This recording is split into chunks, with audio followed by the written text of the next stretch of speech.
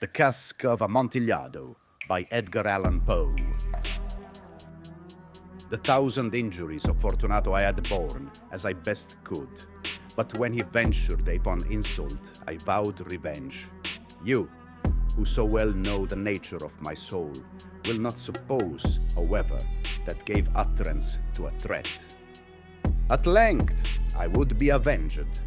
This was a point definitely settled, but the very definitiveness with which it was resolved precluded the idea of risk. I must not only punish, but punish with impunity. A wrong is unredressed when retribution overtakes its redresser. It is equally unredressed when the avenger fails to make himself felt as such to him who has done the wrong. It must be understood that neither by word nor deed had I given Fortunato cause to doubt my goodwill. I continued, as was my wont, to smile in his face, and he did not perceive that my smile now was at the thought of his immolation. He had a weak point, this Fortunato, although in other regards he was a man to be respected and even feared. He prided himself on his connoisseurship in wine. Few Italians have the true virtuoso spirit. For the most part, their enthusiasm is adopted to suit the time and opportunity to practice imposture upon the British and Austrian millionaires. In painting and gemmery, Fortunato, like his countrymen, was a quack, but in the matter of old wines, he was sincere. In this respect, I did not differ from him materially. I was skillful in the Italian vintages myself and bought largely whenever I could. It was about dusk one evening during the supreme madness of the carnival season that I encountered my friend. He accosted me with excessive warmth, for he had been drinking much. The man wore motley. He had on a tight-fitting party-striped dress, and his head was surmounted by the conical cap and bells. I was so pleased to see him that I thought I should never have done wringing his hand. I said to him, "My dear Fortunato, you are luckily met. How remarkably well you are looking today. But I have received a pipe of what passes for Amontillado, and I have my doubts." "How?" said he. "Amontillado, a pipe? Impossible! And in the middle of the carnival!" "I have my doubts," I replied, "and I was silly enough to pay the full Amontillado price without consulting you in the matter. You were not to be found, and I was fearful of losing a bargain.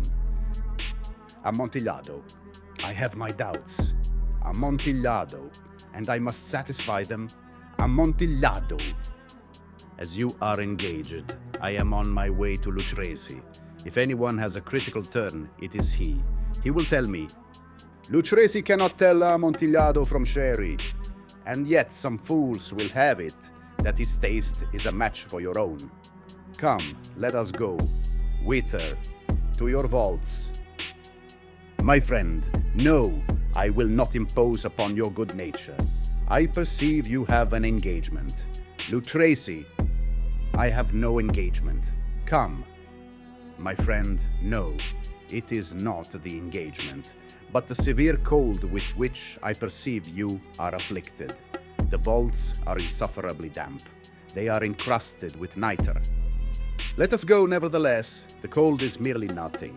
Amontillado, you have been imposed upon, and as for Lucrezi, he cannot distinguish sherry from Amontillado."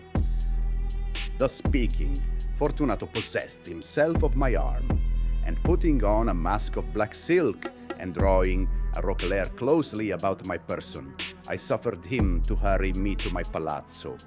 There were no attendants at home. They had absconded to make merry in honor of the time. I had told them that I should not return until the morning, and had given them explicit orders not to stir from the house. These orders were sufficient, I well knew, to ensure their immediate disappearance, one and all, as soon as my back was turned. I took from their sconces 2 flambeaux, and giving one to Fortunato, bowed him through several suites of rooms to to the archway that led into the vaults. I passed down a long and winding staircase, requesting him to be cautious as he followed. We came at length to the foot of the descent and stood together upon the damp ground of the catacombs of the Montresors.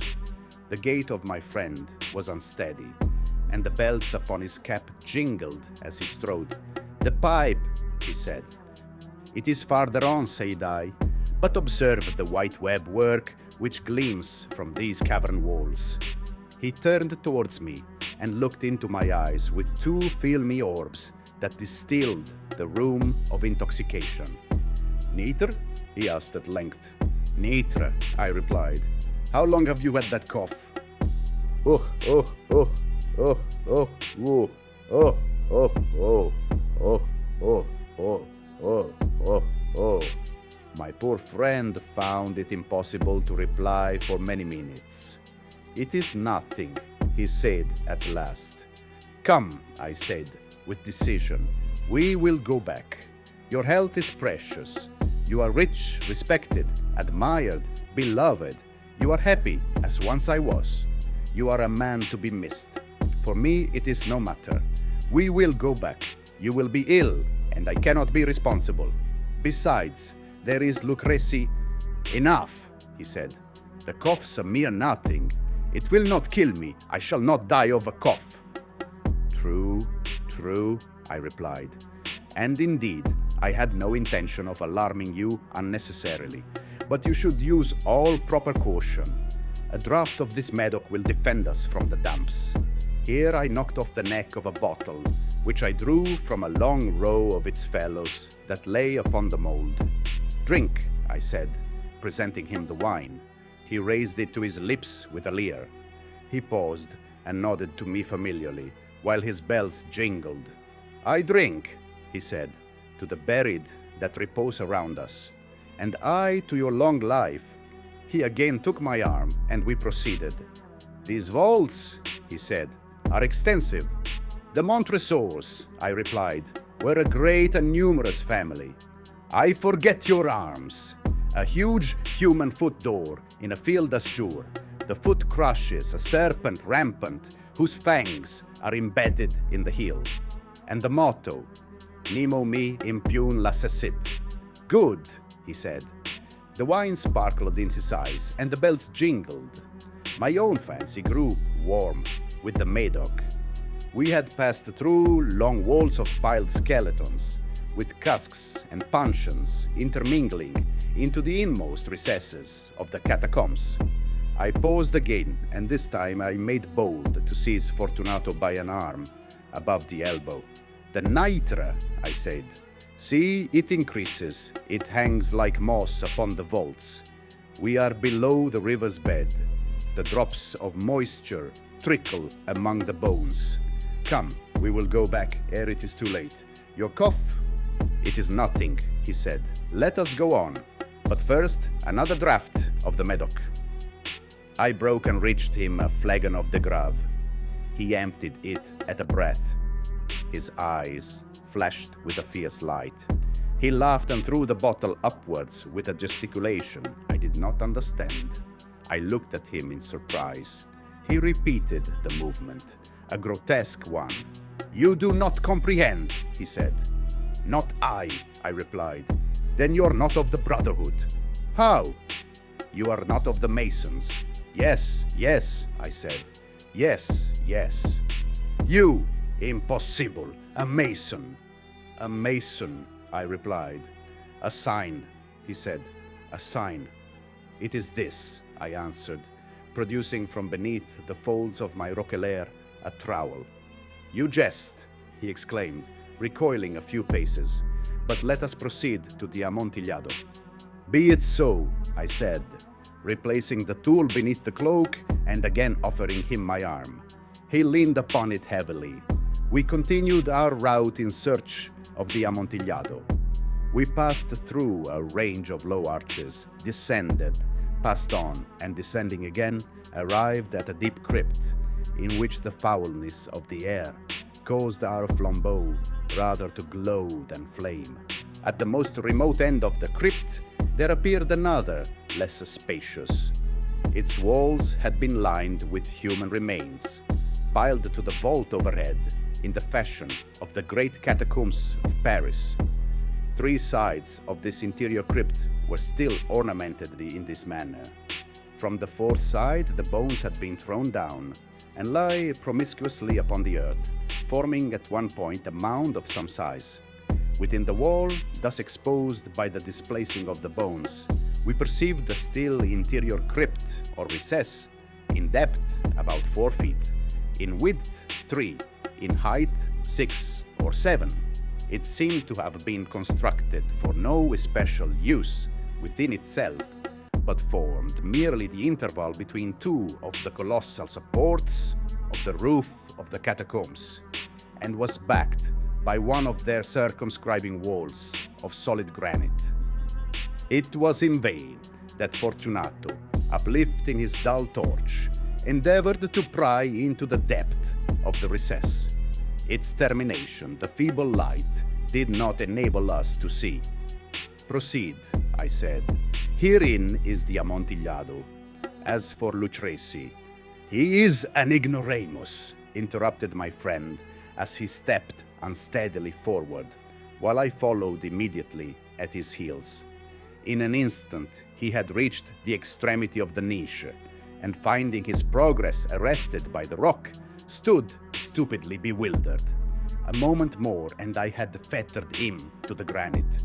In its surface were 2 iron staples, distant from each other about 2 feet.